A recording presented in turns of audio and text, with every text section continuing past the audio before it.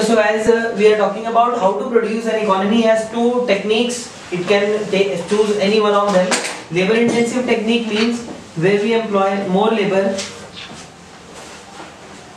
and less of machines, or we can better call it as less of the capital. Capital goods are less while labor is more. The capital intensive technique is where the capital is more, or you can say it's basically machine based and labor is less. For example, you can say a factory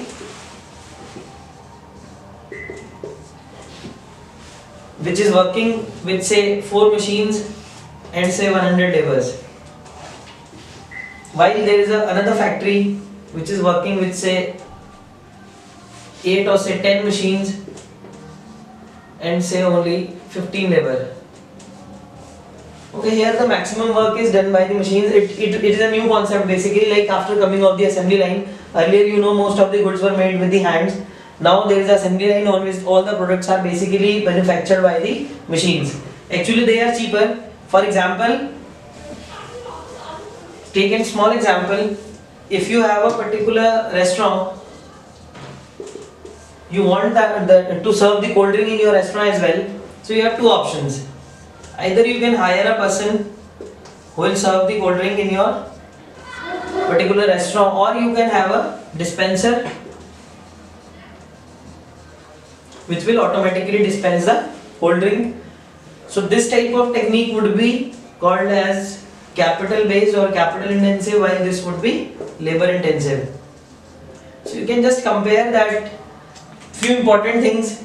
For a capital intensive technique, once you have to invest in a particular machine, but then you need not pay the labor. While here, like suppose if I am paying say 5,000 rupees to this labor per month, and the cost of this particular machine is say rupees 1 lakh.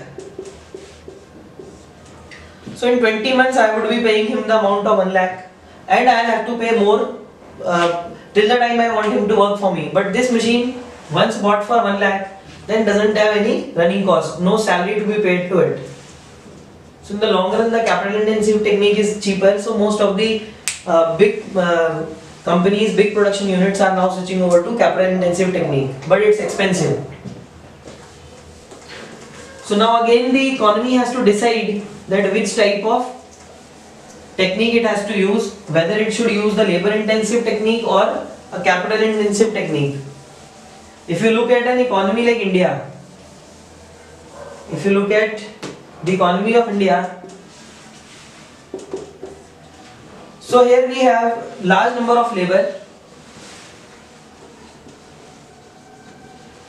So ideally India should adopt a labor intensive technique.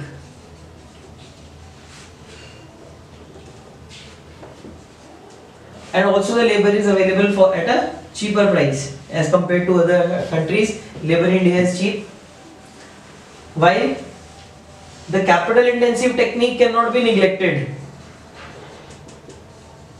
otherwise economy would remain backward, right? It cannot compete with the global economies. So again we have to keep a balance so that our labor doesn't get unemployed. There is no widespread unemployment due to the coming of capital intensive techniques. Like right now you are seeing the employment is declining in the secondary sector. So again, when you explain this particular problem, how to produce, you have to mention that there are two techniques available for an economy, the labor intensive technique and the capital intensive technique. You have to mention what they mean, their definition, and then you have to also mention, you can also use the example of India, say for particular economy like India, both the techniques are important, and similarly for all the economies. Then for whom to produce? Again we can classify the population of an economy according to the income level. Actually various measures can be, various parameters can be used to divide the population of an economy. One of them is income. Say the richer section of the society and the poorer section of the society, or you call them as the more financially more strong section and the weaker section. So if you can simply understand that the goods, services which they want, are actually luxuries or the comforts, while this particular section is always engaged in fulfilling the necessities. So economy has to cater to the needs of both the people, it has to, both the groups of the persons, it has to produce the required goods by the stronger section of the society or the high income group, and similarly it has to fulfill the needs of the poorer section of the society. So again a balance is needed, it cannot neglect. Like for example, in my economy, if I want to purchase certain commodities, say a Mercedes car, very expensive, and my economy cannot provide it to me, then I can buy it from some other economy. Otherwise the people will start importing the goods. And if the poorer section is neglected and they have no other choice to go, so there are balance is needed between the production of both these goods. When you are explaining, again you have to mention the rich, poorer sections.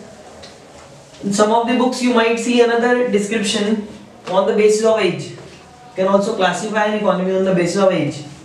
You can have children, youngsters, and the old age.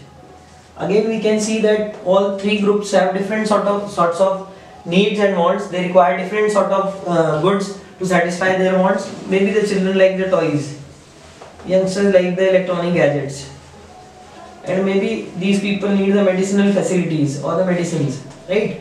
So the economy again has to keep a balance because of the limited resource to produce these commodities in a balance, so none of the group is neglected. Just a quick review, the three central problems: what to produce, how to produce, and for whom to produce, and all of them are related to the problem of choice. Everywhere you see that you have options and you have to choose, and economy has to choose. The causes of the central problems being: first, the unlimited wants; second, the limited resources; and third, the alternate use of resources. Now we have to move on to the next topic, that is solution to the central problems, how they can be solved.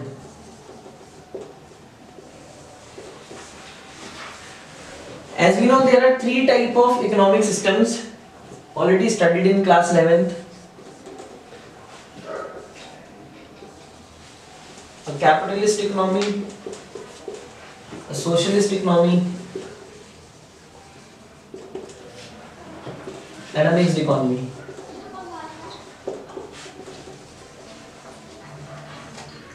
In the capitalist economy, all the factors of production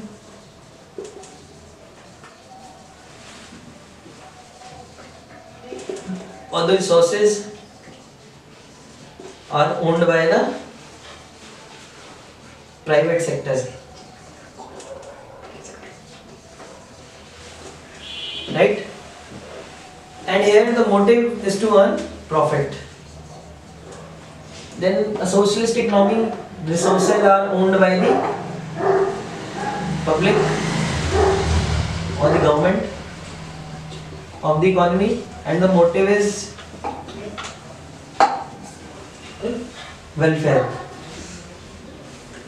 While in a mixed economy, both have the ownership of resources. So these are the basic economic systems, and we have different sort of solution on all the economic systems. Like for example, if you talk about the capitalist economy, you must have come across a term known as price mechanism. So in the capitalist economy, the problem of the central problems are solved with the help of the price mechanism.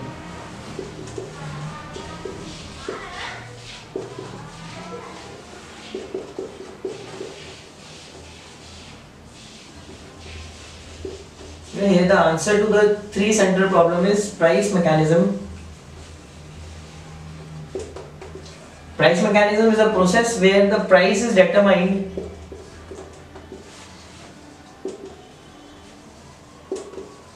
by market forces, that is demand and supply. Later we will study what demand and supply mean in detail? Right now also we can just understand the meaning. Demand means what the people are wanting to buy, and supply means what the producers are selling in a particular market. You have the buyers and the sellers. The market contains basically the number of buyers who create the demand and number of sellers who create the supply. So here the prices are decided by the basically by the forces of demand, and it is entirely a profit motive based economy.